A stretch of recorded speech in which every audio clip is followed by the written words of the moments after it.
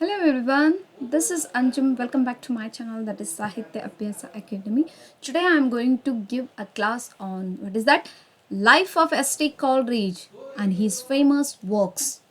Once you watch this class, definitely it will help you for your competitive exam, not only for your semester exam and also for competitive exam, because such a way I have created the content. This class is very useful for you, so don't miss it. Don't go with the 5 or 10 minutes video. Find out the lengthy video which is made in a particular one topic.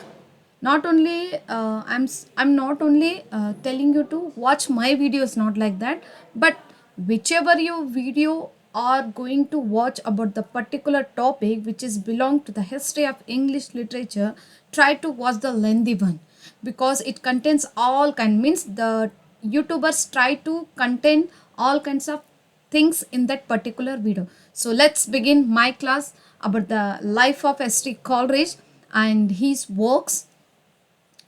So he is our S T Coleridge. Yes, let's begin the life. Who is that? S T Coleridge. S T Coleridge, and also known for a famous romantic poet. Am I right? A romantic poet, a famous romantic poet in romantic age, and also a close friend of William Wordsworth. I want to tell one more things.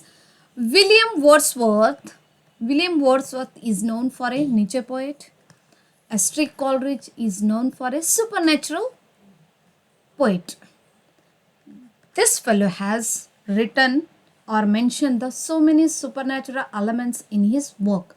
What is supernatural elements? Like a unbelievable, believable things, incredible things, like talking about the spirits, magic, wonder. While means utilizing these are the words in a particular work called supernatural elements poems. So this fellow has used in his work, and also known for, wait a second,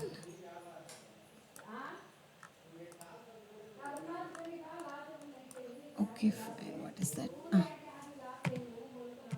Okay, and also known for his great imagination. What is that?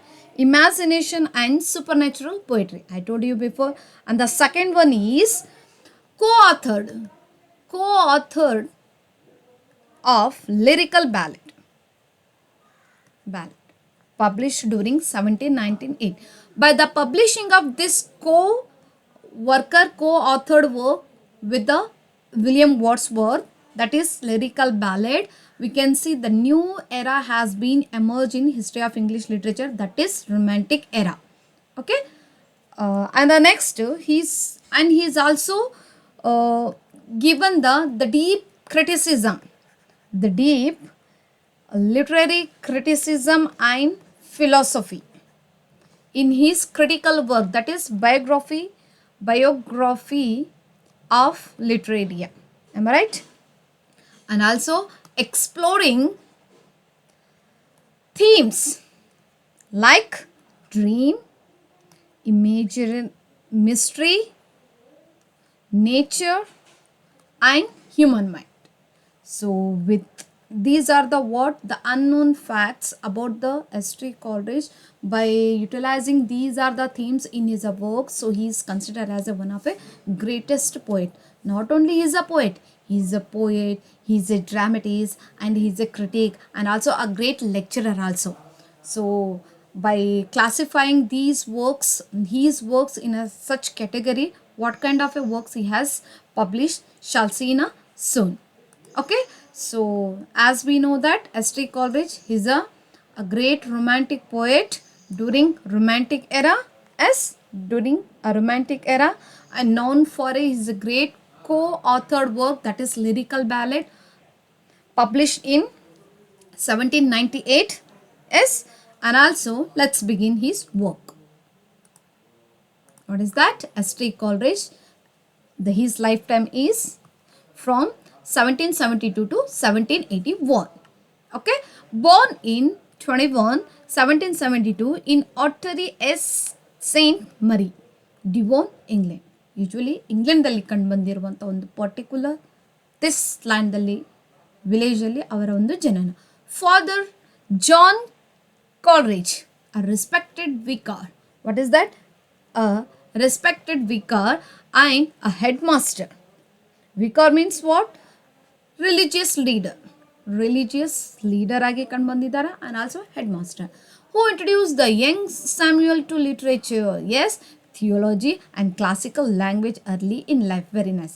So here we can see the father is the influenced person on S T Coleridge ಅಂತ ಹೇಳ್ಬೋದು. He allowed him to read so many books when he was in a child. And so here S T Coleridge has shown the a great interest to read the books also, like theology, yes, like the theology and classical language early in life. So mother is Anne Bowden, devoted and religious lady, and Coleridge was the youngest of 10 children. So as we know that John Coleridge and the Anna Bowden had 14 children. In that 14 children, he would be the youngest one, like 10th number of his birth. Okay, and early signs, he was a highly sensitive and imaginative child. About Coleridge, temperance and a nature, if we talk about his nature, means he is very highly sensitive and a very imaginative kid or a child. Oftenly he makes so many imagination about the particular things which turn him to write the works. Most of the works expresses supernatural elements which can be comes from the imagination one, and read extensively from young age. See, very young age only he started to read the books. Especially he read that is Arabian Nights. Such a beautiful text it is. It talks about the Aladdin Chirag. Right? Such a beautiful story. I have read this one. And classical mythology and poetry. What is that? Classical mythology. So where we can see the study of a god. Yes, mythology or a theology means study of a god, spirits and religious belief. And classical mythology means what are the classical writer has been utilized the mythology in their works, like Paradise Lost. Yes, Paradise Lost, Homer's Iliad, Virgil's Aeneid. These were expressed the mythologies. So these works is called as a classical works. The classical works express the mythology topics. So here the person means S T Coleridge has shown the interest to read the classical mythologies, which we can see the expressions of these thoughts in his works. And what made him to turning point in his life means in 1781 his father died suddenly. So at the age of 8, Coleridge was sent into Christ Hospital School in London. Of course, after losing his father, he has been sent to the place called in a Christ hospital. There he has to continue his education. And about his education, Christ Hospital 1782 to 1901, during this period he stayed in that school. It is just like a charity boarding school for the poor and orphan boys. Of course, orphan like S T Coleridge, because recently he has lost his father. For that reason, recently mean we are now living in the era of S T Coleridge, like that. Okay, fine. Means orphan boys, and life here was strict and lonely, but he had unrestricted access to book. Very nice. After losing his father, after taking the entry in that school called Christ Hospital School, he felt very lonely. That time he turned his mind and heart to read the books. Am I right? And became a close friend with Charles Lamb. Very nice. Yes, Charles Lamb is known for a famous essayist. Yes, during Victorian period, we can see his famous work. Yes, so here he met with the Charles Lamb, and who remained the lifelong friend and literary companion. Very nice. See, what happens here means, after entering this school called the Christ Hospital, there he met the Charles Lamb while in a lonely time. So here many people like S T Coleridge had tried to write something. So here S T Coleridge got the publicity while writing in his poems, whereas this fellow means Charles Lamb also tried to write the poems, but he didn't get the publicity in that. Instead that he got the publicity while writing the essays. Yes. So his collection of essays called Essays of Ilia, very famous one, prose work it is. Fine. He stayed as a lifelong friend and literary companion too. Companion as a friend like. Next. What about his literary influences him? So here he studied the Greek, Latin, English poetry and theology. Theology talks about the God, religious belief and all. I told you before only, showing the classic influence of classical mythology. That is not only, that is about the Greek, Latin, English poetry.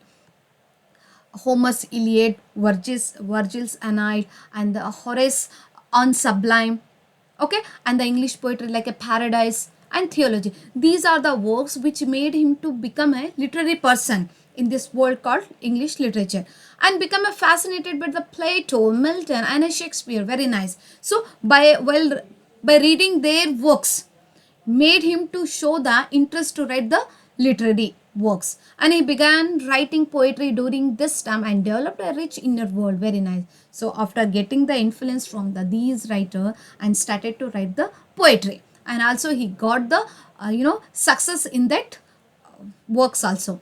And he later said in his time that here the both nurtured his genius and dependent his emotional isolations. Yes.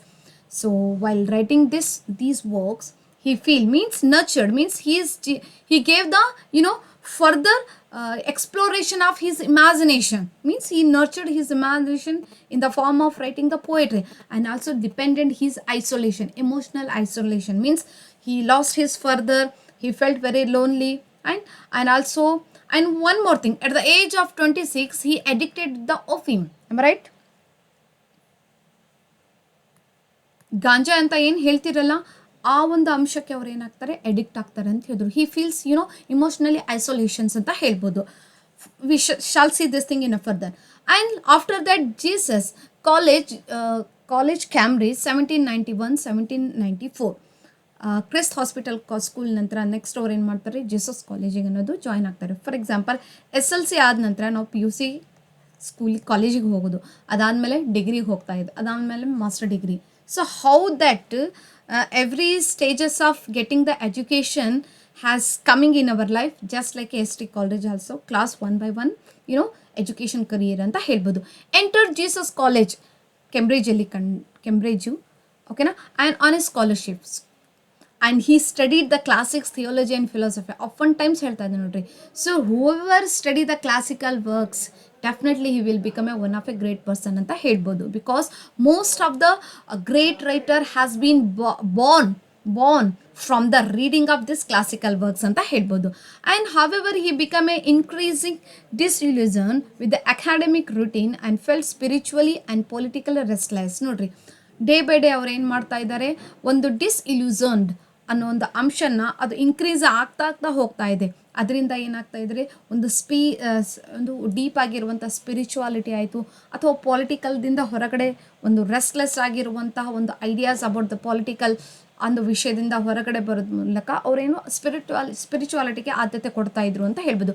ಇನ್ನೂ clear ಆಗಿ ಹೇಳಬೇಕಾದ್ರೆ, what is that, ಇನ್ನೂ clear ಆಗಿ ಹೇಳಬೇಕಾದ್ರೆ, during this era, during 1798 ಏನು the French revolution has been occurred in a France, specially in a Paris. ಓಕೆನಾ, ಅಲ್ಲೇನು ಸ್ವಾತಂತ್ರ್ಯ ಮೀನ್ಸ್ ಇಕ್ವಾಲಿಟಿ, ಫ್ರೀಡಮ್ ಆ್ಯಂಡ್ ಬ್ರದರ್ಹುಡ್ಡಿನ ಆಧಾರ ಮೇಲೆ ಏನಾಯ್ತು ರೀ, ಒಂದು ಎನ್ಲೈಟ್ಮೆಂಟ್ ಅನ್ನೋದು ಕಂಡು ಬರ್ತಾ ಇತ್ತು.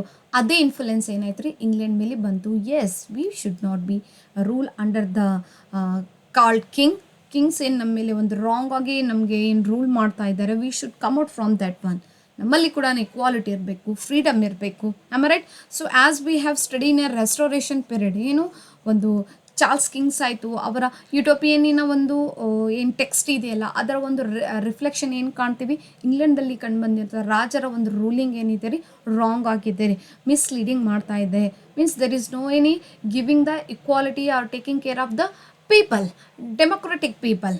ಅದೇ ಒಂದು ಅಂಶ ಇಂಗ್ಲೆಂಡಲ್ಲಿ ಕಂಡು ಬರ್ತಾ ಇತ್ತು ಅಂತ ಹೇಳ್ಬೋದು. There is a well quote, ಒಂದು ಬ್ಯೂಟಿಫುಲ್ ಕೋಟ್ ಅನ್ನೋದು ಕಂಡು ಬರ್ತಾ ಇದೆ. ವಾಟ್ ಈಸ್ ದ್ಯಾಟ್ ಅಂತ ಹೇಳಬೇಕಾದ್ರೆ, for a second, I want to mention everything. ಏನು ಫ್ರೆಂಚ್ ರಿವಾಲ್ಯೂಷನ್ ಆಗಿದೆ. ಫಾರ್ ಎಕ್ಸಾಂಪಲ್ ಹೇಳಬೇಕಾದ್ರೆ, what is the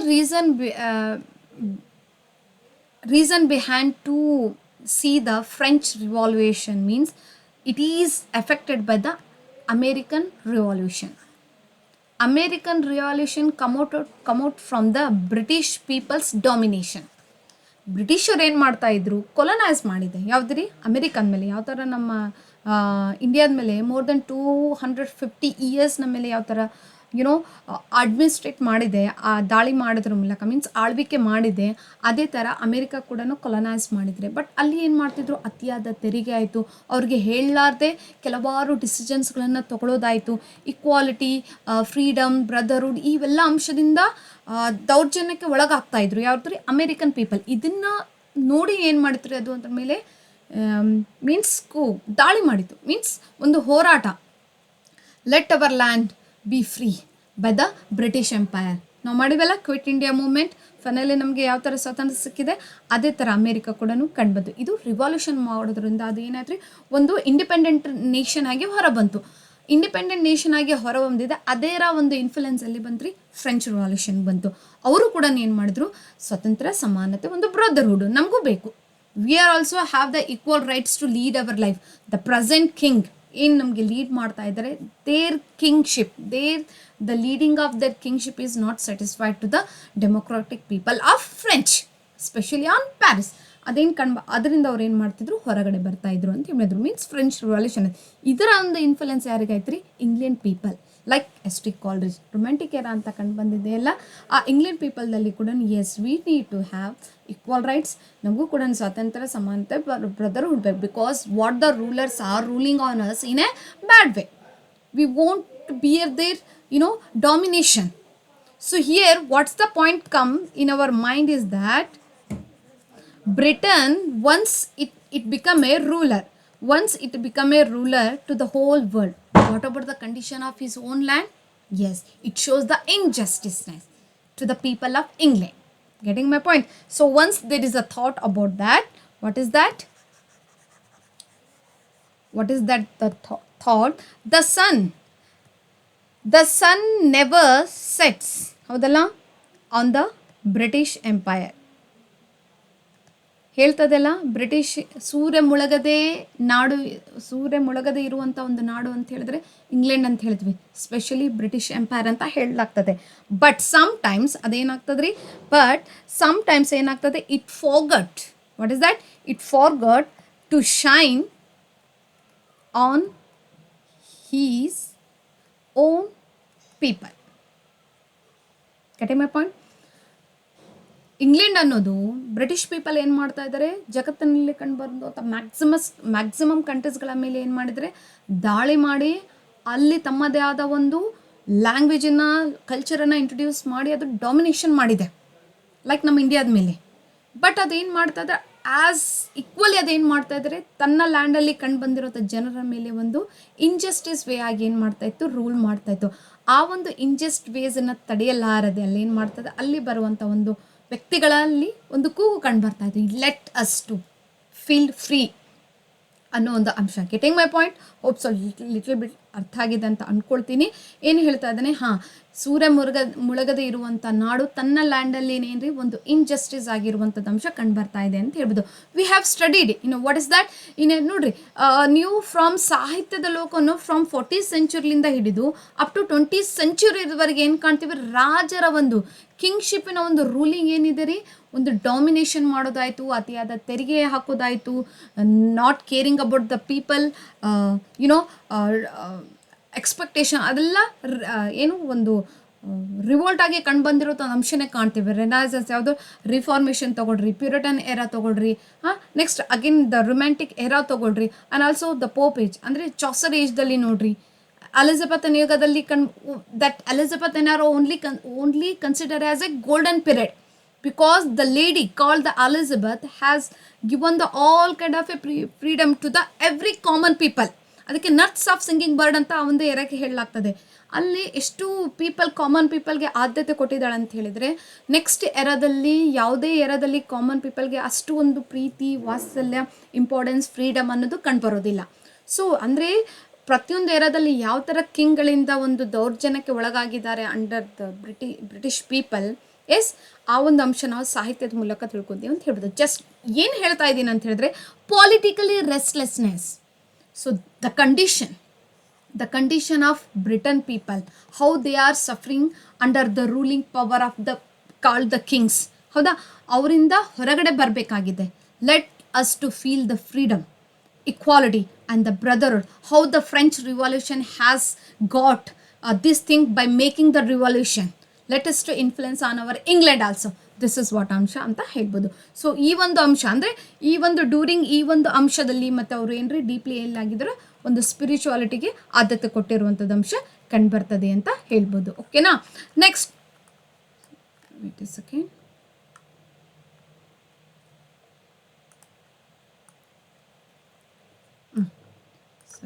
Next, sudden disruption. What is that? Sudden disruption and army enlistment. ಅವ್ರು ಏನಾಗ್ತಾರೆ, ಸಡನ್ಲಿ ಲೈಫಲ್ಲಿ ಒಂದು ಡಿಸ್ಟರ್ಬೆನ್ಸ್ ಆಗೋದ್ರ ಮೂಲಕ ಅವ್ರು ಏನು ಮಾಡ್ತಾರೆ, suddenly what he thoughts to become a literary person, suddenly he takes the step up to become a army person. How in the moment of crisis, feeling in life itself, he is feeling so loneliness, and also he is somewhere addicted by the of him, and also a kind of a political crisis running in during his land called England. So Coleridge ran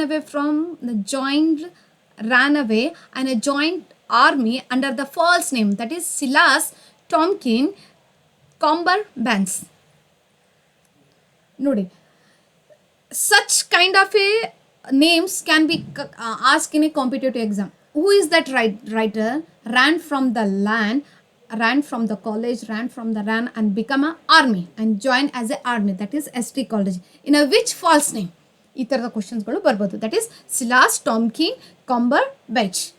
Okay, fine. And served briefly in the 5th Light Dragoons, but was physically and emotionally unfit for military life. ಹೌದಲ್ಲ, ಅಲ್ಲಿ physically ಆಯಿತು, emotionally strong ಇರಬೇಕಾಗ್ತದೆ army ಆಗಬೇಕಾದ್ರೆ. But ಅಲ್ಲಿ ಅವೆರಡ ವಿಷಯದಲ್ಲಿ ಅವರು ಸ್ವಲ್ಪ weakness ಅನ್ನೋದನ್ನು ಕಂಡು ಬರ್ತಾ ಇತ್ತು ಅಂತ ಹೇಳ್ಬೋದು.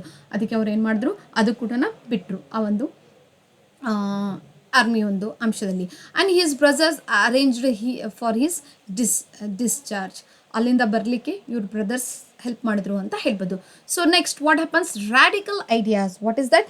ರ್ಯಾಡಿಕಲ್ ಐಡಿಯಾಸ್ ಅಂತ ಹೇಳ್ಬೋದು. Means believes are a opinion that seek the fundamental change of a society. For example, ಯಾವುದು ಯುಟೋಪಿಯಾ ಅನ್ನೋದು ಒಂದು ವರ್ಕ್ ಇದೆ, ಥಾಮಸ್ ಮೋರ್ ಅವರು ಬರೆದಿರುವಂಥ. What it tells, the Thomas More has made the imagination about to see the land which is completely pure and completely equally to the all people. Getting my point? ಅಂದರೆ ಒಂದು ಸ್ವರಾಜ್ಯ ಅಥವಾ ಒಂದು ideal society ಕಂಡುಬರಬೇಕು. That is utopian society. What is the thing which made to write this work ಅಂತ ಹೇಳಬೇಕಾದ್ರೆ, during ಏನು what is that restoration period ಆಯಿತು, ಓಕೆನಾ, ದೆನ್ ಪೋಪ್ ಎರಾ, ಓಕೆನಾ, ಬಿಫೋರ್ ಪ್ಯೂರಿಟನ್ ಎರಾ, ಓಕೆನಾ, Elizabethan era, Puritan era, and next restoration ಎರಾದಲ್ಲಿ ಕಂಡು ಬಂದಿರುವಂಥ ರೈಟರ್ ಯಾರು, ಎಸ್ಪೆಷಲಿ ಇನ್ ರಿನಾಜೆನ್ಸ್. ರಿನಾಜೆನ್ಸ್ ಎರಾದಲ್ಲಿ ಕಂಡು ಬಂದಿರುವಂಥ ಏನು ರೈಟರ್ ಥಾಮಸ್ ಮೋರ್ ಇದ್ದಾರಲ್ಲ, ಅಲ್ಲಿ ಒಂದು ಪೊಲಿಟಿಕಲ್ ಕ್ರೈಸಸ್ ಭಾಳಷ್ಟು ಕಂಡು ಬರ್ತದೆ. ಅಲ್ಲಿ ಯಾರು ಕಿಂಗ್ಸರು ಸರಿಯಾಗಿ ರಾಜ್ಯದ ಜನತೆಗೆ ಆದ್ಯತೆ ಕೊಡೋದಿಲ್ಲ. ಆ್ಯಂಡ್ ಆಲ್ಸೋ ಏನು ಹೇಳ್ತಾ ಇದ್ದಾನೆ, ರಾಂಗ್ ಆಗಿ ಲೀಡ್ ಮಾಡ್ತಾ ಇರೋದು. ಟೋಟಲಿ ರಾಜ್ಯದಲ್ಲಿ ಒಂದು ನೀಟ್ನೆಸ್ ಆಯಿತು, ಒಂದು ಪ್ಯೂರ್ ಅಡ್ಮಿನಿಸ್ಟ್ರೇಟಿವ್ ಪವರ್ ಆಯಿತು, ಕಂಡು ಬರ್ತಾ ಇರಲಿಲ್ಲ. So that's why he created that. Yes, if the society is there means it must be like that. What? Utopia. ಇಮ್ಯಾಜಿನೇಷನಲ್ಲಿ ಕ್ರಿಯೇಟ್ ಮಾಡಿದ್ದಾರೆ. ಯುಟೋಪಿಯಾ ಅಂದರೆ ಏನು, ಒಂದು ನೀಟ್ ಪ್ಯೂರ್ ಒಂದು ಐಡಿಯಲ್ ಸೊಸೈಟಿಯಾಗಿ ಹೊರಗೆ ಬರಬೇಕು. ಜಸ್ಟ್ ಲೈಕ್ ಅದೇ ಥರದ ಥಾಟ್ ಯಾರು ಎಸ್ ಟಿ ಕಾಲರಿಜ್ ಕೂಡ ಮಾಡಿದ್ದಾರೆ. ಏನು, ಒಂದು radical ideas means the keeping the believe that changes in society, in the politics and the systems of ruling. Politics, society, ruling system ಏನಿದೆ ಅದು ಚೇಂಜ್ ಆಗಬೇಕು. Every one should feel happy. ಹೌದಲ್ಲ, ಯಾರಿಗೂ disturbance ಅನ್ನೋದು ಬರಬಾರ್ದು. Whether religious way, whether political way, whether social system ಯಾವುದೇ ಇರಲಿ, ಅದರಲ್ಲಿ ಯಾವುದೇ ಥರದ ಗೊಂದಲತೆ ಬರಬಾರ್ದು. ಅದರಿಂದ ಯಾವುದೇ ಥರ effect, it should not effect any kind of a people which people belongs to the which ever religious category. ಆ ಥರದ ಒಂದು ಸೊಸೈಟಿ ಇವ್ರು ಕ್ರಿಯೇಷನ್ ಮಾಡಬೇಕು. That is radical ideas. And the pantisocracy, keep this word. What is that? Pentisocracy. I'm right? The coin is introduced by S T Coleridge. ಕೇಳ್ಬೋದು, S T Coleridge. That is dream. ಅವ್ರದ್ದೊಂದು dream ಇತ್ತು, ಏನು, ಒಂದು ideal society ಇರಬೇಕು, just like a utopian society. ಹೇಳ್ತಾ ನೋಡ್ರಿ, after returning from the army, what he does, Coleridge met Robert Southey, as the fellow poet. ಅಂತ ಹೇಳ್ಬೋದು. And also brother in law ಅಂತಲೂ ಹೇಳ್ಬೋದು. ಓಕೆನಾ. ರಾಬರ್ಟ್ ಸದೇ ಏನು ಮಾಡ್ತಾರೆ, ಮೀಟ್ ಆಗ್ತಾರೆ. Both they talk about the society. What kind society should be there, what are the able system should be remove from the social, political and system. They just made the imagination and thought to create such kind of an ideal society. That is what called pentisocracy. And together they conceived the pentisocracy and a utopian egalitarian community to be found in America. ಹೌದಾ, ಅಮೇರಿಕಾದಲ್ಲಿ ಈ ಒಂದು ಹೇಳಿಲ್ಲ ನಾನು. why they mentioned the name of America? Because recently America has made the American revolution against the British Empire. With seeing that revolution, it emerges, means it inspired to the French Revolution. That French Revolution made the influence on British people, because the British people is leading their life under the wrong ruler of that land. Getting my point? ಅದರಿಂದ ಏನಾಯಿತು, ಅದಕ್ಕೆ ಹೇಳ್ತೇನೆ, ಯಾವ ಥರ America presently ಎಷ್ಟು ideal ಸೊಸೈಟಿಯಾಗಿ ಕಂಡು ಬರ್ತಾ ಇದೆ, ನಮ್ಮ ಲ್ಯಾಂಡ್ ಕೂಡ ಅದೇ ಥರ ಕಂಡು ಬರಬೇಕಲ್ಲ. Robert Southey they were talking about this thing anta helbodu. That's why they coined, means special S T Coleridge has coined this term. And pentisocracy means equal rule by all. That is what equal rule. Everyone should get equal rights. Yes, as we have seen in a Chaucer era, writing is only made for the pope, priest. Am I right? Pope, priest, noble people, not to the common people. Next bantu 15th ಏರಾದಲ್ಲಿ ಯಾವುದೇ ಪ್ರಕಾರದ literary works remarkable ಆಗಿ ಕಂಡು ಬಂದಿಲ್ಲ. 16th ಸೆಂಚುರಿಯಲ್ಲಿ ರೆನೆಸಾ ಅಂತ ಕಂಡು ಬರ್ತದೆ. ಅದು ಇಟಾಲಿಯಿಂದ inspired ಆಗಿ ರೆನೆಸಾ ಕಂಡು ಬಂತು. ಅಲ್ಲಿ ಕ್ಲಾಸಿಕಲ್ ವರ್ಕ್ಸ್ಗೆ ಆದ್ಯತೆ ಕೊಟ್ಟರು. ನೆಕ್ಸ್ಟ್ ಎಲಿಜಬೆತ್ ಅನ್ನೇರ ಬಂದರು. Elizabeth queen, she has given the all kind of equal right. Har era is just like A ideal era ಅಂತ ಹೇಳ್ಬೋದು. ಗೋಲ್ಡನ್ ಪೀರಿಯಡ್, ಐಡಿಯಲ್ ಎರಾ ಅಂತ ಹೇಳ್ಬೋದು. ಬಟ್ ಅದಾದ ನಂತರ ಏನು ಕಂಡು ಬರ್ತದ್ರೆ, ಅಗೇನ್ ದ ಪ್ಯೂರಿಟನ್ಸ್ ಆ್ಯಂಡ್ ದ ಕಿಂಗ್ಸ್ದಲ್ಲಿ ಒಂದು ಜಗಳ ಅನ್ನೋದು ಕಂಡು ಬರ್ತದೆ. ನೆಕ್ಸ್ಟ್ ರೆಸ್ಟೋರೇಷನ್ ಕಂಡು ಬಂತು. ಅದರಲ್ಲಿ ಕೂಡ ಅದು totally each era V have scene that the democratic people are facing a kind of A problem from the rulers. That should be removed. We have to take this thing from the French Revolution, some inspiration ಅನ್ನೋದ್ರ ಮೂಲಕ ಅಲ್ಲಿ ಏನು ಕಂಡು ಬಂತ್ರಿ, whatever means ಆ ಒಂದು inspiration ಅಲ್ಲಿ ಕಂಡು ಬಂದಿರೋದ್ರ democratic ಅಂದರೆ ಬ್ರಿಟನ್ ಡೆಮೊಕ್ರೆಟಿಕ್ ಪೀಪಲ್ ಅಂತ ಹೇಳ್ಬೋದು, not rulers, democratic people. And though the plan failed, it showed the Coleridge early idealism and the desire for social harmony. But whatever they have made the imagination about creation of the ideal society, ಅದೇನಾಯ್ತು failed ಆಗಿದೆ ಅಂತ ಹೇಳ್ಬೋದು. It's highly impossible. Yes, even Gandhiji also has tried to see this nation as a Swarajya. Howda? But it is, no, we couldn't, because corruption is there. We only made this one and we are only talking about this thing anta helbodu. Okay, fine. ನೋಡ್ರಿ, ಸೊ ಇಲ್ಲಿ ಏನಾಯ್ತು ರೀ, ಒಂದು idealism ಆಯಿತು, desire for social harmony, ಅದು success ಆಗಿಲ್ಲ. Creation of the ideal society. So what about his marriage life? 1795 marriage ಅನ್ನೋದು, Coleridge married, that is Sara Fricker, the sister of Southey. Robert Southey ಹೇಳಿಲ್ಲ ನನ್ನ ಏನು ಒಂದು ಬ್ರದರ್ ಇನ್ ಲಾಗೆ ಕಂಡು ಬರ್ತಾರೆ ಅಂತ. ಎಸ್, ರಾಬರ್ಟ್ ಸದೇನ ಒಂದು ಸಿಸ್ಟರ್ ಆಗಿರುವಂಥ ಸ್ಟಾರ್ ಆಫ್ರಿಕಾ ಅಂತ ಹೇಳ್ಬೋದು. What is happen between them ಅಂತ ಹೇಳಬೇಕಾದ್ರೆ this marriage was unhappy. Why? He never loved her deeply.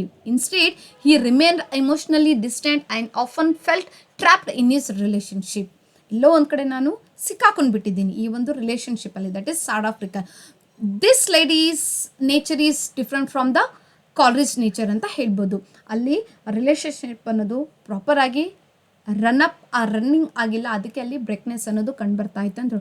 More then he is not satisfied with holding this marriage ಅಂತ ಕೂಡ ಹೇಳ್ಬೋದು. What happens here means William Wordsworth ಇದಾರಲ್ಲ, William Wordsworth sister Dorothy Wordsworth, he started to spend a time with the William Wordsworth, the friend of William Wordsworth, and of course William Wordsworth and Dorothy William Wordsworth are sister and brothers. ಅವ್ರ ಜೊತೆ ಸಮಯ ಕೊಡೋದ್ರ ಮೂಲಕ somewhere he's fell in love, that is Dorothy Wordsworth ಅಂತ ಹೇಳ್ಬೋದು. But what happen their breaking of their friendship ಅಂತ ಹೇಳಬೇಕಾದ್ರೆ of course what S T Coleridge already suffers from the a kind of a nerve disease, ನರಗಳ ಒಂದು ಡಿಸೀಸಿಂದ suffer ಮಾಡ್ತಿದ್ರು. And also he's having the lack of ಏನು ಒಂದು isolation, emotionally ಅವ್ರು ಏನು ಆಗ್ತಾಯಿದ್ರು, ಬ್ರೇಕಿಂಗ್ ಆಗಿದ್ರು ಲೈಫಲ್ಲಿ. ಓಕೆನಾ. And the third thing is that ಯಾರು ಮೇರಿ ಹ್ಯಾನ್ಷನ್ ಅಂತ ಲೇಡಿ ಬರ್ತಾರೆ, ಅವರೊಂದಿಗೆ ವಿಲಿಯಂ ವರ್ಡ್ಸ್ವರ್ತನ ವಿವಾಹ ಆಗ್ತದೆ. ಸೊ ಅಲ್ಲಿ ಇವರು ಇಬ್ಬರ ನಡುವೆ ಎಸ್ ಟಿ ಕಾಲೇಜಿನ ಲೈಫು ಒಂದು ಬ್ಯೂಟಿಫುಲ್ ಫ್ರೆಂಡ್ಶಿಪ್ ಆಗಿ ಕಂಡು ಬರ್ತಾ ಇತ್ತು. ಬಟ್ ಇಲ್ಲಿ ಒಂದು ನ್ಯೂ ಕಮರ್ ಅಂದರೆ ವಿಲಿಯಂ ವರ್ಡ್ಸ್ವರ್ತಿನ ಮ್ಯಾರಿಡ್ ಆದಮೇಲೆ ಆ ಒಂದು ಲೇಡಿ ಇವ್ರ ಲೈಫಲ್ಲಿ ಎಂಟ್ರಿ ತೊಗೊಂಡಾಗ ಇವರ ಇಂಪಾರ್ಟೆನ್ಸ್ ಏನಾಯ್ತು ರೀ ಅಲ್ಲಿ ಕಡಿಮೆ ಆಗ್ತದೆ ಅಂತ ಹೇಳ್ಬೋದು. So Dorothy she is very faithful a sister to the her brother, that is William Wordsworth ಅಂತ ಹೇಳ್ಬೋದು. ಸೊ ಇಲ್ಲಿ ಬಹಳಷ್ಟು ಸಮಯ ಅವಳು William Wordsworth and his wife ಅವರೊಂದಿಗೆ ಸಮಯ ಕಳೀತಾ ಹೋಗಬೇಕಾದ್ರೆ ಇಲ್ಲಿ ಎಸ್ ಟಿ ಕಾಲೇಜಿನ ಒಂದು ಇಂಪಾರ್ಟೆನ್ಸ್ ಕಡಿಮೆ ಆಗ್ತಾ ಇತ್ತು ಅಂತ ಹೇಳ್ಬೋದು. ಇದರಿಂದ ಏನಾಯ್ತು ರೀ, after the publication of lyrical ballads ಕೆಲವು ದಿನಗಳ ನಂತರ ಅವರೊಂದು ಫ್ರೆಂಡ್ಶಿಪ್ ಬ್ರೇಕಿಂಗ್ ಆಗ್ತಿತ್ತು ಅಂತ ಹೇಳ್ಬೋದು. What is the reason behind to break their relationship called a good friendship? ಈ ಥರದ ಕ್ವಶನ್ಸ್ ಕೂಡ ಬರ್ಬೋದು ಎಕ್ಸಾಮಲ್ಲಿ. Fine. Next, intellectual and literary awakening. How between 1795 1802 Coleridge's poetic powers reached their height. Wrote masterpieces like the Rime of the Ancient Mariner, Christabel, Kubla Khan. So after this biography of S T Coleridge, I am going to give the class on Kubla Khan. Okay na? Kubla Khan ಒಂದು beautiful poem ಇದೆ, super natural ಎಲಿಮೆಂಟ್ಸ್ಗಳನ್ನು ಬಳಕೆ ಮಾಡಿ ಬರೆಯಲ್ಪಟ್ಟಿರುವಂಥದ್ದು poem. So with the publication of these famous work he became a poetic powers, ಅಂದರೆ ಒಂದು ಸಾಹಿತ್ಯ ಲೋಕದಲ್ಲಿ ತಮ್ಮದೇ ಆದ ಒಂದು ಸ್ಟೇಟಸನ್ನು ಸ್ಥಾಪನೆ ಮಾಡಿದರು ಅಂತ ಹೇಳ್ಬೋದು. What about the friendship with the Wordsworth? 1797 Coleridge formed a deep creative friendship, that is William Wordsworth, and they collaborated lyrical ballad 1798, which launched the romantic movement in an English poet. By the publication of this work, the beginning of the romantic era ಅಂತ ಹೇಳ್ಬೋದು. Getting my point? Publication of this work ಏನಾಯ್ತು ರೀ, beginning of the romantic era ಅಂತ ಹೇಳ್ಬೋದು. So Wordsworth focused on nature, simplicity, while Coleridge focused on supernatural, spiritual and dream-like. Getting my point? Wordsworth ಹೇಳಬೇಕಾದ್ರೆ nature ಬಗ್ಗೆ, ಒಂದು simplicity ಅಂದರೆ ಒಂದು rural ಲೈಫ್ದಲ್ಲಿ ಕಂಡು ಬಂದಿರುವಂಥ ವ್ಯಕ್ತಿಯ ಜೀವನ ಯಾವ ಥರ ಇದೆ, ಹಳ್ಳಿಗಾಡಿನ ಜೀವನದ ಒಂದು ವಿಷಯದ ಬಗ್ಗೆ ಎಕ್ಸ್ಪ್ರೆಷನ್ಸ್ ಮಾಡಿದ್ದಾರೆ. ವೇರಿಯಸ್ ಕಾಲೇಜ್ ಏನು ಮಾಡ್ತಿದ್ರು, ಒಂದು super natural elements, magical elements, unbelievable things. ಓಕೆನಾ, ಒಂದು ಮ್ಯಾಜಿಕ್ ಆಯಿತು, ವಂಡರ್ಫುಲ್ ಥಾಟ್ಸ್ ಆಯಿತು, ಡ್ರೀಮ್ ಆಯಿತು. ಅಂದರೆ ತಾವು ನೋಡಿರುವಂಥ ಡ್ರೀಮ್, ಆ ಡ್ರೀಮ್ ಏನ್ರಿ ಒಂದು ಹಿಸ್ಟೋರಿಕಲ್ ಆಗಿರುವಂಥ ಡ್ರೀಮ್ ಆಯಿತು, ಅದನ್ನು ಏನು ಮಾಡ್ತಿದ್ರು ತಮ್ಮ ಕೃತಿಗಳಲ್ಲಿ ಎಕ್ಸ್ಪ್ಲನೇಷನ್ ಕೊಡ್ತಿದ್ರು. ಸೊ ಅಫೀಮ್, ರೈಟ್, ಅಫೀಮ್ ಎಡಿಕ್ಷನ್ಸ್ ನೋಡ್ರಿ began using the laudanum a form of ಅಫೀಮ್. ನೋಡ್ರಿ ಆ ಅಫೀಮ್ ನೇಮ್ ಕೂಡ ಇದೆ, ಹೌದಲ್ಲ. ಫಾರ್ ಎಕ್ಸಾಂಪಲ್ ಯಾವುದು ಬರ್ತದಲ್ಲ ನಮ್ಮದು ಬ್ರ್ಯಾಂಡಿ ನೇಮ್, ಓಕೆನಾ, ವಿಸ್ಕಿ, ರೆಡ್ ವೈನ್. ಏನ್ರಿ ಮೇಡಮ್ ಇಷ್ಟು ನೇಮ್ ಹೇಳ್ತಾ ಇದ್ದೀರಾ? Not like that, observe in advertise. Okay fine. ನೋಡಿರಿ ಯಾವ ಥರ ಒಂದು ಹಳ್ಳಿಗಾಡದಲ್ಲಿ ಹೇಳಬೇಕಾದ್ರೆ ಒಂದು ನಮ್ಮ ವಿಲೇಜಿಂದ ಅಂದರೆ ಸರಾಯ್, ವೆರಿ ಪವರ್ಫುಲ್ ಅಂತ ಹೇಳ್ತಾರೆ. ಓಟ್ಕ ಅಂತಲೂ ಕೂಡ ಬರ್ತದೆ. So these are the words we can see in the literary persons life. ಓಕೆನಾ. ಓಟ್ಕಾ ಅನ್ನೋದು ಅಂಶ ಕೂಡ ನಮ್ಮ ಸಾಹಿತ್ಯ ಲೋಕದಲ್ಲಿ ಬಳಕೆ ಮಾಡಲಾಗಿದೆ. ಕೇರಳಿಯನ್ ಪೀಪಲ್ನಲ್ಲಿ ಬರೆಯಲ್ಪಟ್ಟಿರುವಂಥ ಒಂದು ಕೃತಿಗಳಲ್ಲಿ ಈ ಒಂದು ಪದವನ್ನು ಬಳಕೆ ಮಾಡಲಾಗಿದೆ ಅಂತ ಹೇಳ್ಬೋದು. ಕೇರಳ ಅಂದರೆ ಕೇರಳ ಲಿಟ್ರೇಚರ್ ಅಂತ ಹೇಳ್ಬೋದು. ಅಂದರೆ the person who belongs to the Kerala, he wrote about the his life history where we have seen the word called ಓಟ್ಕಾ ಅಂತ ಹೇಳ್ಬೋದು. ನನಗೆ ಎಕ್ಸಾಕ್ಟ್ ವರ್ಕ್ ನೇಮ್ ಬರ್ತಾ ಇಲ್ಲ, ಬಟ್ ಯುಟಿಲೈಸ್ ಆಗಿದೆ. ಓಕೆನಾ. ಸೊ ಇಲ್ಲಿ ಏನು ಹೇಳ್ತಾ ಇದ್ದಾರೆ, ಅಫಿಮ್ ಕೂಡ ಇದೆ, ಅದು ನೇಮ್ ಏನಿದೆ ಲಡ್ನಮ್ ಅಂತ ಹೇಳ್ಬೋದು. For relief from the neuralgia, keep this word, the person means called the S T Coleridge, he is a poet who is suffering from a kind of a disease, that is what ನ್ಯೂರೋಲಾಜಿಯಾ ಅಂದರೆ nerve pains ಅಂತ ಹೇಳ್ಬೋದು. ಆ nerve pains ಕಂಡು ಬಂದಾಗ ಇವರು ಒಂದು ಅಫೀಮನ್ನು ಸೇವನೆ ಮಾಡಿದ್ರು ಒಂದು ರಿಲೀಫ್ ಆಗಿ ತೊಗೊಳ್ತಿದ್ರು ಅಂತ ಹೇಳ್ಬೋದು. See it effects for that moment, it may relief, it may give a relief, but innerly means physically ಅದೇನು ಮಾಡ್ತಾ ಇದ್ರೆ ನಿಮಗೆ ಬಾಡಿನ ಎಫೆಕ್ಟ್ ಮಾಡ್ತದೆ ಅಂತ ಹೇಳ್ಬೋದು. You feel somewhere a weakness ಆಯಿತು, ಒಂದು ಸ್ಟ್ರೆಂತ್ ಆಯಿತು ಕಂಡುಬರೋದಿಲ್ಲ ಅಂತ ಹೇಳ್ಬೋದು. Over a time he become a addicted, finally ಈ ಅಡಿಕ್ಟೆಡ್ ದಟ್ ಥಿಂಗ್. ಓಕೆನಾ. Which severely affected his health and relationship and productivity. Yes, health defect ಆಯಿತು, ರಿಲೇಷನ್ಶಿಪ್ ಬ್ರೇಕಪ್ ಆಯಿತು, ಆ್ಯಂಡ್ ಆಲ್ಸೋ ಯಾವುದೇ ಥರದ ಒಂದು ಯುನೋ ಚಿಲ್ಡ್ರನ್ ಅನ್ನೋದು ಲೈಫಲ್ಲಿ ಕಂಡು ಬಂದಿಲ್ಲ ಅಂತ ಹೇಳ್ಬೋದು. ಅಫೀಮ್ also depends his sense of isolation, guilt and despair. ಅಫೀಮ್ ಕೂಡ ನೋಡ್ರಿ, ಅಫೀಮ್ಗೆ ನೋಡ್ರಿ ಫಾರ್ ಎಕ್ಸಾಂಪಲ್ ಯಾವುದೇ ಒಂದು ಲೈಫಲ್ಲಿ ಫೇಲ್ಯೂರ್ ಆಗಿದ ತಕ್ಷಣ ವ್ಯಕ್ತಿ ಏನು ಮಾಡ್ತಾನೆ, ಬ್ಯಾಡ್ ಹ್ಯಾಬಿಟ್ಸ್ಗೆ ಅಟ್ರ್ಯಾಕ್ಟ್ ಆಗ್ತಾನೆ. ಸ್ಮೋಕಿಂಗ್ ಆಯಿತು, ಡ್ರಿಂಕಿಂಗ್ ಆಯಿತು, ಕೀಪಿಂಗ್ ಅ ಅನ್ಹೆಲ್ದಿ ರಿಲೇಷನ್ಶಿಪ್ ಆಯಿತು. ಸೊ ಈ ಒಂದು ವ್ಯಕ್ತಿಗೆ ಅಂದರೆ S T Coleridgeಗೆ ಏನ್ರಿ ಐಸೋಲೇಷನ್, ಗಿಲ್ಟ್, ಡಿಸ್ಪೇರ್ ಈ ಒಂದು ವಿಷಯದ ಒಂದು ಇನ್ಫ್ಲುಯೆನ್ಸನ್ನೇ ಅಫೀಮ್ ತೊಗೊಳ್ಳಿಕ್ಕೆ ಸಾಧ್ಯ ಆಯಿತು ಅಂತ ಹೇಳ್ಬೋದು. See according to my thing is that when we are sad, when we are happy, we do good things. ಓಕೆನಾ. When we are sad, we turn to do the bad things. Why we should accept this thing? Bad ಥಿಂಗ್ಸ್ಗೆ only bad way ಇದೆನಾ? ಯಾಕೆ ಅಂದರೆ unhappy ಇದ್ದಾಗ bad way ಯಾಕೆ select ಮಾಡ್ಕೋಬೇಕು, good way select ಮಾಡ್ಕೋಬೋದಲ್ಲ. Like making the prayers, spending so much time with spirituality, religious life, ಅದರಿಂದ ಮಾಡಿದ್ರೆ ಒಂದು ಪೀಸ್ಫುಲ್ ಲೈಫ್ ಸಿಗ್ತದೆ ಅಂತ ಹೇಳ್ಬೋದು. So facing the bad things in our life, not only giving the solution by taking the step off in a bad way. Yes, no, the bad thing only, bad things remedy only is to praying the way ಅಂತ ಹೇಳ್ಬೋದು. ಒಂದು religious ಥಾಟನ್ನು creation ಮಾಡುವಂಥದ್ದೇ ಒಂದು solution ಅಂತ ಹೇಳ್ಬೋದು. Okay, fine, this is my opinion. Fine, next what about the second? This is also important. Wait a second. What is that? That is Germany and philosophical study. Germany and a philosophical study couldn't kaigondidare. How?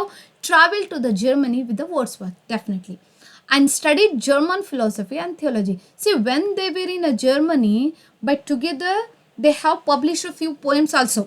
Wordsworth ಕೂಡ ಬಹಳಷ್ಟು ಪೋಯಮ್ಸ್ಗಳನ್ನು ಬರೆದಿದ್ದಾರೆ. ಡೋರತಿ ರಿಚಾರ್ಡ್ಸನ್ Wordsworth ಕೂಡ ಪೋಯಮ್ಸ್ಗಳನ್ನು ಬರೆದಿದ್ದಾರೆ.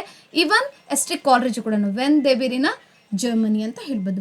So ಇಲ್ಲಿ study the German philosophy and theology. German philosophy ಏನಿದೆ, theology ಏನಿದೆ, ಅದನ್ನು study ಮಾಡಿ, ಇನ್ಕ್ಲೂಡಿಂಗ್ ಯಾರು ಜರ್ಮನ್ ಫಿಲಾಸಫಿದಲ್ಲಿ ಕಂಡು ಬಂದಿರ್ತಾರೆ ರೈಟರ್ಸ್ ಹೇಳಬೇಕಾದ್ರೆ Immanuel Kant, Friedrich Schelling and Jacob Boehme. They shaped his later works.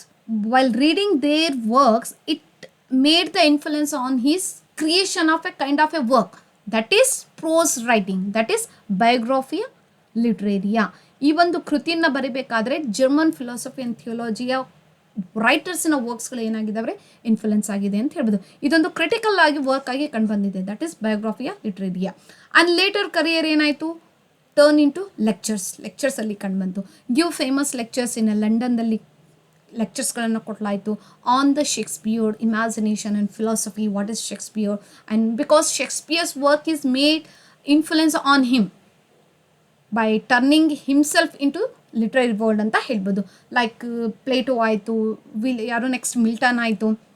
Line imagination, what is imagination, what is fancy, what is primary and secondary imagination, ಆ ವಿಷಯದ lecturing ಕೊಡೋದಾಯಿತು. And philosophy, what is philosophy according to S T Coleridge, and published Biography of Literature sub 1817 and a blend of literary criticism, autography and philosophy. ಈ ಒಂದು ಕೃತಿನ ಓದಿದ್ರೆ ನಿಮ್ಗೆ ಏನು ಕಂಡು ಬರ್ತದೆ, of course it is also criticism and also ಏನು ಹೇಳ್ತಾ ಇದ್ದಾನೆ, autobiography, how the life he has lead in his life ಅನ್ನೋದು ಅಂಶ ಕೂಡ ಕಂಡು ಬರ್ತದೆ. And also what is that philosophy ಕೂಡ ನಾವು ಕಾಣ್ಬೋದು ಅಂತ ಹೇಳ್ಬೋದು. ಓಕೆನಾ. Next final year. What is that? Final years in a Highgate. Moved with Dr. James Gilman in a Highgate, London for treatment and care. So till now, okay na, after lecturing, after facing that neurologist disease like a nerve disease, ಅದೊಂದು pain ಆಗಿರುವಂಥದ್ದು, ಅದರ ಒಂದು ನಂತರ ಅವ್ರು ಏನಾಗ್ತಾರೆ, finally ಒಂದು treatment ಪಡ್ಕೊಳ್ಳಿಕ್ಕೆ ಮುಂದಾಗ್ತಾರೆ. ಯಾರು treatment ಕೊಡ್ತಾರೆ? ದಟ್ ಈಸ್ ಡಾಕ್ಟರ್ ಜೇಮ್ಸ್ ಗಿಲ್ಮನ್ ಅಂತ ಹೇಳ್ಬೋದು. Continue to write, mentor younger writers, receive visitors, regain some stability, but remain mentally and physically fragile, weak. ಇಲ್ಲೇನಾಯಿತು ಅಲ್ಲಿ, ಅಫ್ಕೋರ್ಸ್ ರೈಟಿಂಗ್ ಅನ್ನೋದು ಕಂಟಿನ್ಯೂ ಮಾಡಿದ್ರು, meeting with the so many people, like a German literature ಓದ್ತಿರ್ಬೇಕಾದ್ರೆ ಯಾವ ಥರ ಒಂದು ರೈಟರ್ಸ್ನ ಕೃತಿಗಳಿಗೆ influence ಆಗಿದ್ರು, ಅದೇ ಥರ ತಮ್ಮ ಒಂದು ಯಂಗ್ಸ್ಟರ್ ಏನು ರೈಟರ್ಸ್ ಬಂದಿದ್ದಾರೆ ಅವ್ರ ಜೊತೆ ಮಾತಾಡೋದಾಯಿತು, ವಿಸಿಟ್ ಕೊಡೋದಾಯಿತು, ಅದನ್ನು ಕಂಟಿನ್ಯೂಸ್ ಕಂಡು ಬರ್ತಾಯಿತ್ತು. But the things he turn in to very fragile ಅಂತ ಹೇಳ್ಬೋದು. ವಾಟ್ ಅಬೌಟ್ ನೆಕ್ಸ್ಟ್ ಡೆತ್ ಬಗ್ಗೆ ಹೇಳಬೇಕಾದ್ರೆ, died in July 25th, 1834 at the age of 61. ಓಕೆನಾ. So here cause heart failure aggravated by long-term opium use and chronic illness. Finally buried in Michael's Church, Highgate, London. ಇಲ್ಲಿ buried ಮಾಡಿರುವಂಥದ್ದು place ಅಂತ ಹೇಳ್ಬೋದು. So ಒಂದು final view point about his life ಅಂತ ಹೇಳಬೇಕಾದ್ರೆ, known for a pioneering romantic poet, visionary thinker and a philosopher and a great inner conflict. Sometimes he isolated from the family, from the society, and feeling the loneliness, and after taking that opium and feeling the pain of the nerve disease, ಅವೆಲ್ಲ that is inner conflict ಅಂತ ಹೇಳ್ಬೋದು. And also the relationship breaking ಆಯಿತು. Somewhere ಡೋರತಿ ವರ್ಡ್ಸ್ವರ್ತಿಗೆ ಏನು like ಮಾಡ್ತಿದ್ರು, ಅದರ ಒಂದು ಡಿಪಾರ್ಟ್ನೆಸ್ ಆಯಿತು. ಇದೆಲ್ಲ inner conflict sir. Inner conflict torn between the genius and suffering. However, he is genius, but somewhere he is suffering from these are the things anta helbodu. Okay na. And his life, what is that? Reflects the both great beauty and a deep pain. Very nice. Nodri, great beauty can see in his literary works, and a deep pain, how he spent, what are the things he has faced in his life. And his writing continued to influence literature, theology, philosophy and psychology and philosophy. Yes, for the whoever read the works of S T Coleridge, you will meet the type of what is theology, psychology and philosophy in his works. So it made the continue influence on the readers anta helbodu. So left behind the profound poetry and the influential prose works on literature and philosophy. Okay na. So this is about what his life. Understood? His life. Next come to the point, that is major works. He has written so many works. Among them I have mentioned the important one. Okay na. So we shouldn't go with the only important work. Sometimes minor work is important. Fine.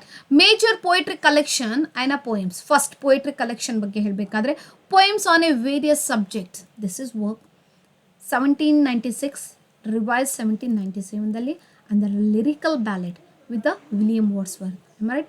William Wordsworth ಇಂದ coworker ಆಗಿ ಕಂಡುಬಂದಿರುವಂಥದ್ದು. Next, what is that? Christabel, Kubla Khan, a vision and the pains of sleep. Kubla Khan, Christabel, Kubla Khan a vision, 2 poem and the pains of sleep. ಇವರೇನು 3 ಕೃತಿ ಪೋಯಮ್ಸ್ಗಳನ್ನು ಬರೆದಿರುವಂಥದ್ದು. And ಸಿಬಿಲೈನ್ leaves, ಇದನ್ನು ಕೇಳಿದ್ದ ನೋಡಿ ಎಕ್ಸಾಮಲ್ಲಿ. whose work it is like the completion of previous poems ಅಂತ ಹೇಳ್ಬೋದು. and the famous individual poems ಬರೆದಿರುವಂಥದ್ದು, that is rhyme of the ancient mariner 1798, Kubla Khan 1797, 1816, Christabel ನೋಡ್ರಿ part 1, part 2 and finally published 1816, and the Dejection and Ode 1802, Frost at Midnight 1798, this line, tree over my prison. 1797, the nightingale, the dungeon, the alien, hell, harp, love, to William Wordsworth, the pains of shape, reflection on having left a place of retirement. These are the poems. ಓಕೆನಾ, ಇದೊಂದು poems ಅಂತ ಹೇಳ್ಬೋದು. Next ಹಾಗಾದರೆ pros ಮತ್ತು critical ವರ್ಕ್ಸ್ಗಳನ್ನು ಯಾವುದನ್ನು ಬರೆದಿದ್ದಾರೆ? The first one is that is Biographia Literaria, that is 1817 publish ಆಗಿದೆ. ಕೇಳ್ತಾನೆ publication. And his most famous prose work on imagination, poetry and criticism. What is imagination, what is poetry, and what is criticism, according to S T Coleridge. Okay na. Next, the friend, that is essay on philosophy and politics and a culture anta helbodu. Okay na. Watchman, this is also ಒಂದು prose work ಆಗಿ ಕಂಡು ಬಂದಿದೆ, that is watchman anta helbodu. And the short lived radical political journals and the aids to reflection, this is important work, and philosophical and theological reflection anta helbodu. And next, on the constitution of church and state, 1830, political and religious philosophy, essays of the fine arts, and the notes on Shakespeare and other dramatists, published posthumously. ಇವರ ಒಂದು ಮರಣ ನಂತರ ಈ ಒಂದು text book, ಈ ಒಂದು work publish ಆಗಿದೆ ಅಂತ ಹೇಳ್ಬೋದು. ದೀಸ್ ಆರ್ ದ ಒಂದು ಪ್ರೋಸ್ ವರ್ಕ್ ಅಂತ ಹೇಳ್ಬೋದು. Usually we read only about the biography of literarian. No, ಇದೊಂದೇ ಸ್ಟಡಿ ಮಾಡ್ತೀವಿಲ್ಲ, ಅದರೊಂದಿಗೆ ಇವರು ಬಹಳಷ್ಟು ಪ್ರೋಸ್ ವರ್ಕ್ಸ್ ಕೂಡ ಬರೆದಿದ್ದಾರೆ ಅಂತ ಹೇಳ್ಬೋದು. The friend, the watchman, aids of the reflection on the constitution of church and state, essays on the fine arts, notes on Shakespeare and other dramatist. Let's begin. ಹಾಗಾದರೆ dramatic works very important. So most of the writers, not only, so whoever called the romantic poets, they did not write only the poems, they also wrote the dramatics, means dramatic works also, that is Osoro. This is very important. The fall of Robespierre with the Robert Southey collaboration work, and Osorio, it is unpublished ಆಗಿರುವಂಥದ್ದು, but until later became. And Remorse, very important, is performed in a London revised version of Osorio. ಇಲ್ಲಿದೆಲ್ಲ ಒಂದು revised ವರ್ಷನೇ remorse ಆಗಿದೆ. And Zapolya correct. And a Christmas tale 1817 romantic drama in a verse ಅಂತ ಹೇಳ್ಬೋದು. ಹಾಗಾದರೆ ಕೆಲವಾರು translations ಕೂಡ ಮಾಡಿದ್ದಾರೆ. See this fellow is S T Coleridge, not only a famous poet and also prolific writer ಅಂತಲೂ ಕೂಡ ನಾವು ಕರಿಬಹುದು. Okay, that is Wallenstein. What is that? Wallenstein by Friedrich Schiller, ಜರ್ಮನ್ದಲ್ಲಿ ಬರೆಯಲ್ಪಟ್ಟಿದ್ದು, ಟ್ರಾನ್ಸ್ಲೇಷನ್ ಆಗಿದೆ. The death of the ವ್ಯಾಲ್ಸ್ಟೈನ್, again dramatic version of the same. And the Hebrew dirge, very important, translated from the Hyman Hurwitz. And the notes to the land, translated from the Goethe. And the ode in the manner of the Anarchine, the Julians of Egyptian. ನೋಡಲಿಕ್ಕೆ ಇದೇನಪ್ಪ ಅನಿಸ್ತಿರ್ಬೋದು, ಇದೇ questions ಕಾಂಪಿಟೇಟಿವ್ದಲ್ಲಿ ಕೇಳ್ತಾನೆ. ಓಕೆನಾ, fine. So just tell me the work called the Wallenstein, who has translated this work in from the German ಅಂತ ಕೇಳ್ತಾನೆ. That is S T Coleridge. Some what questions ಈ ಥರ ಅರೈಸ್ ಆಗುವಂಥದ್ದು. ಸೊ ಓವರಾಲ್ ಒಂದು short summary chart ಬಗ್ಗೆ ಹೇಳಬೇಕಾದ್ರೆ, poetry, Ancient Mariner, Kubla Khan, Christabel, Dejection, and etc. Prose ಬಗ್ಗೆ ಹೇಳಬೇಕಾದ್ರೆ Biography Literaria, Friend, Aids and Reflections, and the drama ಬಗ್ಗೆ ಹೇಳಬೇಕಾದ್ರೆ Remorse, important, and Zifolia, and the Falls of Robespierre, and translations ಬಗ್ಗೆ ಹೇಳಬೇಕಾದ್ರೆ Wellstein, Goethe, and Hertz, Julian.